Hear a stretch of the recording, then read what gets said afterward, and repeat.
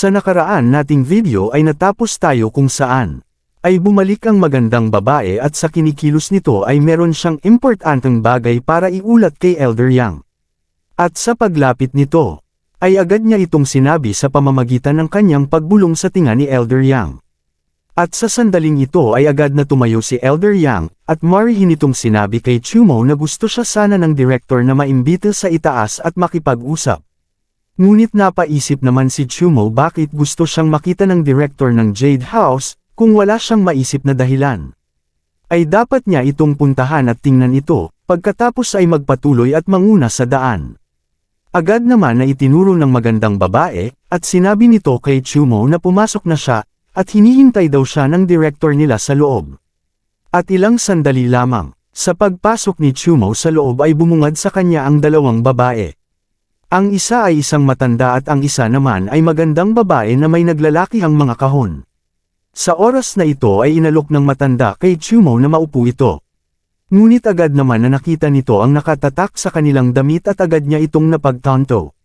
Na ito ay, ang legend ay nagsasabi na sa Jade Merchant Alliance, ang gintong dahon ng kawayan ay nagpapahiwatig ng antas ng lakas.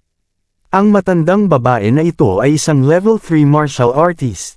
At ang babaeng nakaupo na ito, na kayang gawin ng isang martial artist na tretuhin siya tulad niya. Tiyak na hindi lang siya isang direktor ng tindahan. Napahawak naman sa labi ang babaeng ito na may naglalakihang mga kahon. At agad niyang binati si Chumo na siya si Mu Shanshan mula sa Jade Merchant Alliance.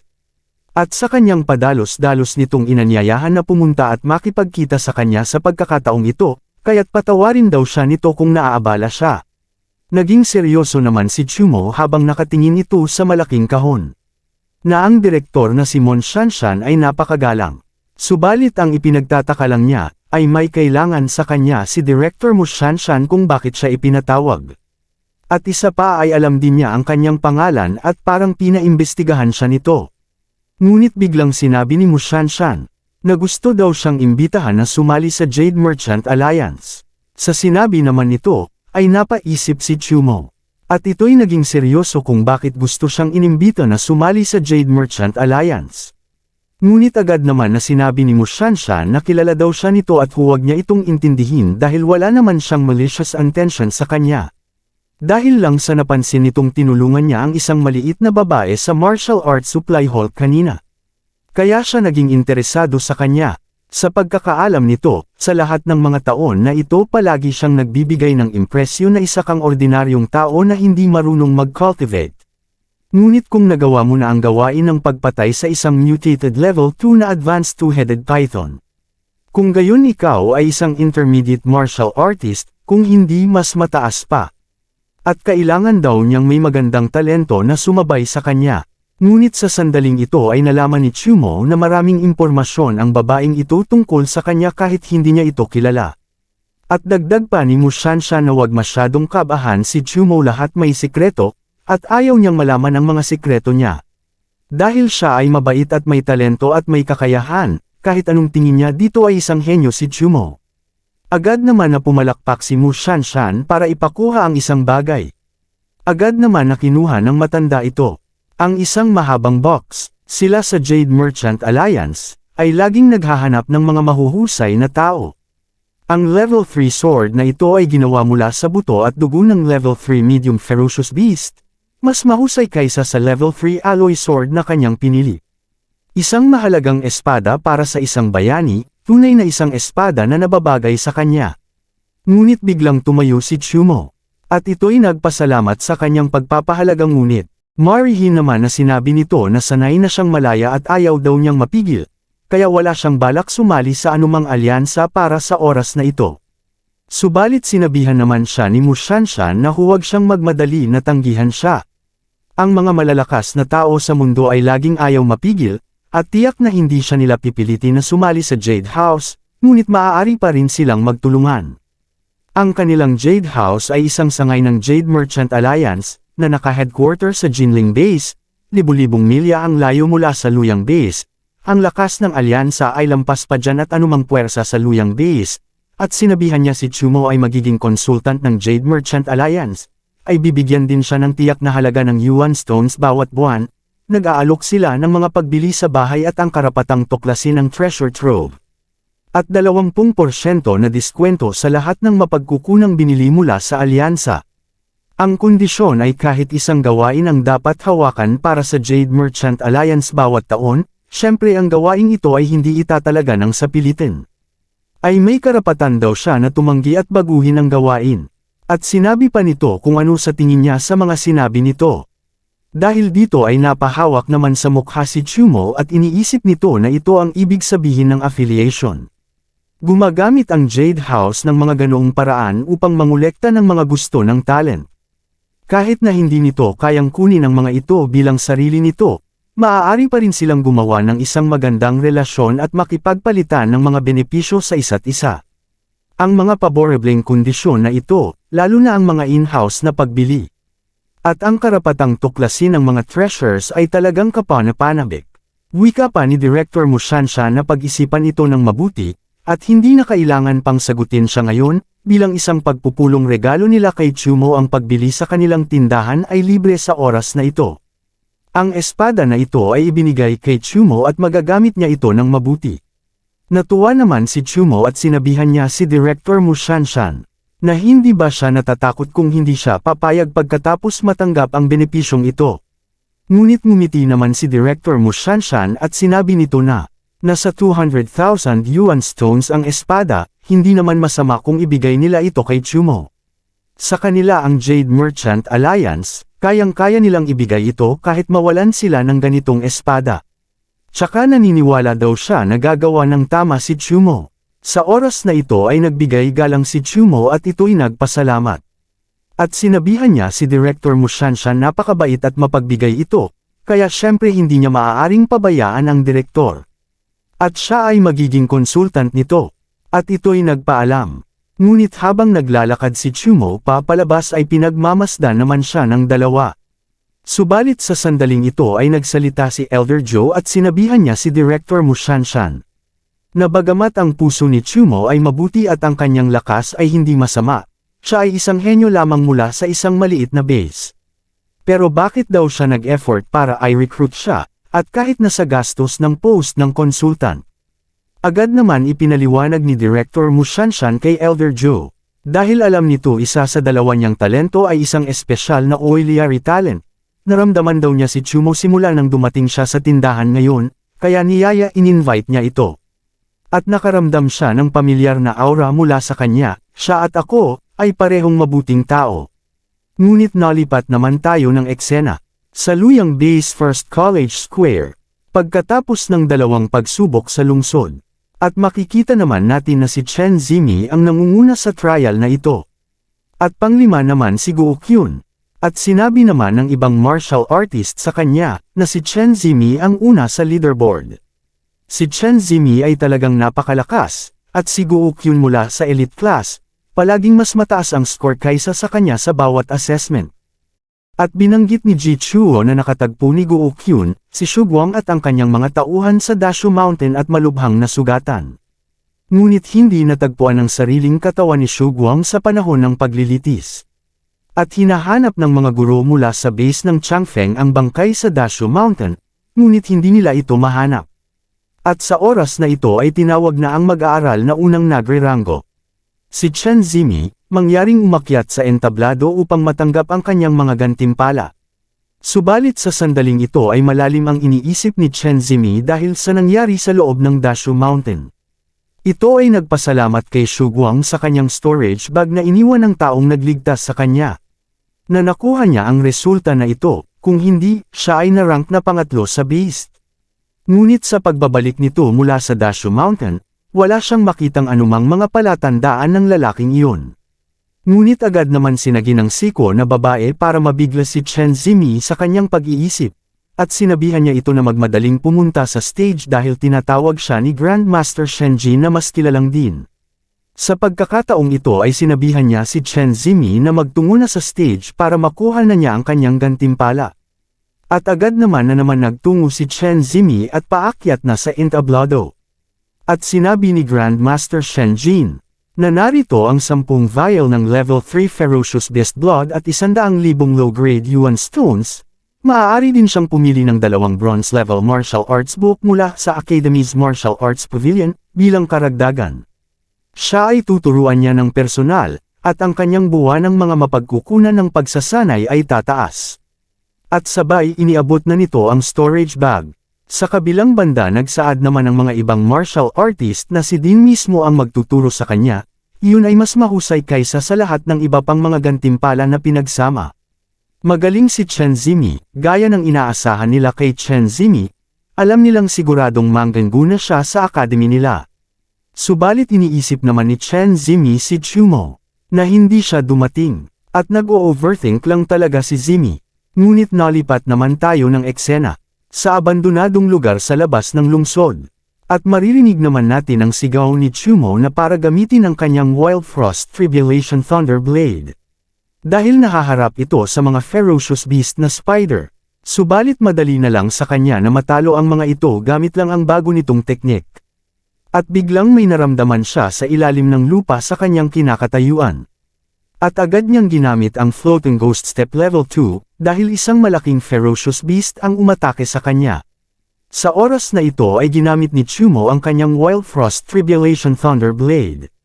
At isang hampas nito ng kanyang espada na matagumpay naman niya itong tinamaan. At nagkaroon ng yelo sa katawan ng ferocious beast at hindi ito makagalaw. At hindi na nag-aksaya pa ng oras si Chumo at ginamit na nito ang kanyang teknik na The Sky Splitting Blade. Isang malakas na enerhiya ang bumulusok na tumama sa ferocious beast na sanhi ng pagkamatay nito. Sa laki ng pinakawala ni Chumo ay tumagos ito sa pader. Sa kabila nito ay makikita natin si Chumo habang nakatingin dito. Saad naman nito sa kanyang sarili, na simula sa Wild Frost Tribulation Thunder Blade, at sa wakas ay nakumpleto ang Sky Splitting Blade. Ito lamang ay maaaring doblehin ang kapangyarihan ng kanyang mga paraan ng pagpatay sa kanyang mga kalaban. Kung nakilala niya si Shu Guang sa sandaling ito, sigurado siyang mapapatay niya ito sa isang strike lang. Sambit pa nito. Makatuwiran na ang kanyang swordsmanship ay itinuturing na nasa master level. Ngunit hindi niya alam kung bakit. Palagi niyang nararamdaman na parang laging may natitirang enerhiya na hindi niya nagagamit sa kanyang katawan. Dahil ba hindi niya gaanong nasanay ang kanyang lakas? Kaya hindi sapat ang kanyang katawan, bagamat bumuti ang kanyang martial arts realm. Hindi pa nito naabot ang 3 kasunod na yugto ng Yuan Power Body Forging, pagdadalisay ng dugo. At pagtitipon ng chi na binanggit sa aklat. At kung umabot ka na dito ay siguradong nakapag-subscribe ka na sa ating channel bilang pagsuporta nyo sa akin at pakipindot na rin ang like at kung gusto mong magbigay ng solidong suporta kay Idol ay pakipindot na rin ang super thanks dyan sa ibaba. Para may shoutout kita sa susunod nating video. Maraming salamat mga idol. Sa susunod, kukunin niya ang Yuan Power Body Forging Training Method bilang pangunahing direksyon. Nang kanyang pagsasanay simulan na daw niya ngayon. At pinalabas nito ang kulay gintong enerhiya niya sa kanyang kamay. At makikita din natin na sinasanay nito ang kanyang martial arts. Pati sa paggamit ang espada para mapanbati niya ito ng husto. At matagal ito'y nag-cultivate dahil ito ang kanyang ginagawa pagkatapos nitong mag-training. At matapos ang kalahating buwan. Saan naman ni Chumo itong Yuan Power Body Forging Training Method? Ang pakiramdam na ito ay talagang hindi mailalarawan. At biglang may naramdaman ito sa kanyang katawan. At ito'y napaluhod na lang. At naramdaman nito na parang nasusunog ang kanyang buto. Ang mga dumi sa kanyang bone marrow ay natatanggal din. Hindi niya akalain na magkakaroon ng ganitong malaking pagbabago, pagkatapos sumailalim sa Yuan Power Body Forging. At ito'y napatingin sa kanyang kamay. Pagkatapos magsanay ng Yuan Power Body Forging Method, tumaas ang bilis ng cultivation nito ng higit sa 5 beses, kumpara noong ginamit niya ang Basic Body Forging Method. Sa bilis na ito, at sa kanyang kasalukuyang talento at pangangatawan, tiyak na makakapasok siya sa Martial Master Realm sa loob ng 3 taon. At itinaas nito ang kanyang kamay. At siya ay ngumiti at sinabi pa nito na masyadong mabagal. Kalahating buwan na ang lumipas simula nang bumalik siya, at sigurado siyang napansin na siya ni Zhou Cheng. At hindi naman siya natatakot sa kanya ng personal. Ang pamilya Zhou ay nakaipon ng mga dekada ng karanasan sa Luoyang Base. At ang bilang ng mga eksperto na maaari nilang i-recruit ay hindi mabilang. At kailangan daw niyang maging mas malakas. Nalipat naman tayo ng eksena sa Zhou family, at makikita naman natin si Zhou Cheng at nasa ikalawang palapag, at papalapit ang isa niyang tauhan. At ilang segundo lang ay itinaas nito ang kanyang kamay at lumapag dito ang isang ibon. Agad naman nagsaad ang lalaki, at sinabihan niya si Zhou Cheng, na nakita na nila si Chumo. At sinabi naman ni Zhou Cheng kung nasaan daw ito. Agad naman na sumagot ang kanyang tauhan. Nakalahating buwan na siyang wala sa luyang base. Napag-alaman nila na nag-practice siya sa mga abandonado sa labas ng city, at ngayon lang daw nila siya nadiskubre nung bumalik na siya. Saad naman ni Zhou Cheng. Matalino siyang tao, alam niyang tinakot niya si Ken Naian noong hindi siya bumalik, at iniiwasan niya ang pamilyang Zhou. At nagkukultivate magdamag, natatakot daw siya na makuha niya ang pambihirang kayamanan mula kay Zhou Qi. Gusto niyang matuto pa tungkol sa mga diskarte sa pagprotekta sa sarili bago sila pumunta sa kanyang pintuan. At kanyang hinawakan ng mahigpit ang ibon at dito niya ibinoling ang kanyang sama ng loob. At makikita naman natin ang dugo sa kanyang kamay na at alagang pati ibon hindi pinapalampas, sambit pa nito. Bantayan daw nila siya, sa susunod na pumunta siya sa abandoned area, na siya na mismo ang gagawa ng aksyon. At nandilim ang mukha nito na talagang papatayin niya si Chumo. Nalipat naman tayo ng eksena sa Chumo household. Habang naglalagay ng mga gamit si Chumo sa kanyang bag ay inaalala nito ang sinabi ni Director Mushanshan, na ang kanilang Jade Merchant Alliance ay nagbibigay sa mga konsultant ng pinakamahusay na martial arts building ng libre. Ang Yuan Power Formation ay maaaring doblehin ang kanyang cultivation speed, at siya ay malugod na gamitin ito. Wika naman ni Chumo, bagamat kaya niyang labanan ang mabangis na hayop sa kagubatan, hindi pa rin sapat ang co-gathering effect niya. Kaya minabuti niyang pumunta sa Martial Arts Training Center para mag-focus sa pagsasanay ng masinsinan sandali. Ngunit sa oras na ito ay nakauwi na rin si Chen Zimi at naabutan niya si Chumo na nag-aayos ng gamit sa bag. Nakita naman siya ni Chumo at kanyang nginitian ito. Tinanong naman ni Chen Zimi sa kanya kung aalis na naman daw ito. Sumagot naman ng oo si Chumo. At may gagawin daw siya, at aalis siya saglit. Itong lungsod ay napakaligtas. Kaya huwag mag-alala, babalik daw siya pagkatapos ng ilang araw. Ngunit may sasabihin sana si Chen Zimi pero hindi na niya ito na ituloy na sabihin pa. At dagdag pa ni Chumo, na nabalitaan niya na nasugatan siya sa two-city trial, kaya mangyaring magpahinga muna sa bahay sandali, at binati niya ito sa pagkapanalo niya bilang first place. At sabay bukas nito ng pintuan at tuluyan ng umalis. Ngunit sa sandaling ito ay napaisip naman si Chen Zimi dahil normal lang ang naging reaksyon ni Chumo at nagtataka siya kung siya ba talaga yun. Nalipat naman tayo ng eksena sa top quality martial arts building belonging to the Jade House.